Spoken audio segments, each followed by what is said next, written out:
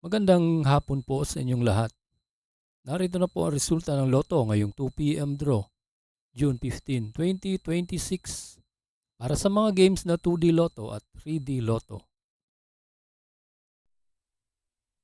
Kung bago ka pa lang sa aking channel, pwede kang mag-like, share, at subscribe para updated kayo sa mga PCSO lottery results araw-araw.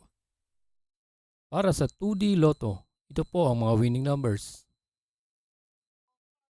2 and 13 in exact order.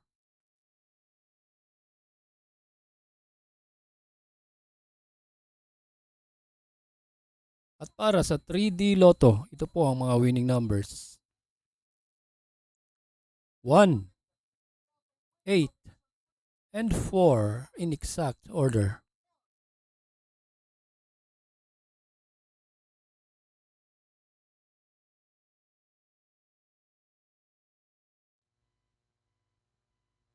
Salamat po sa panonood ng Lotto Results Today by Mr. Wi-Fi. Good luck at maglaro ng responsable. Huwag kalimutang mag-like, share at subscribe. Hanggang sa muli, paalam po sa inyong lahat.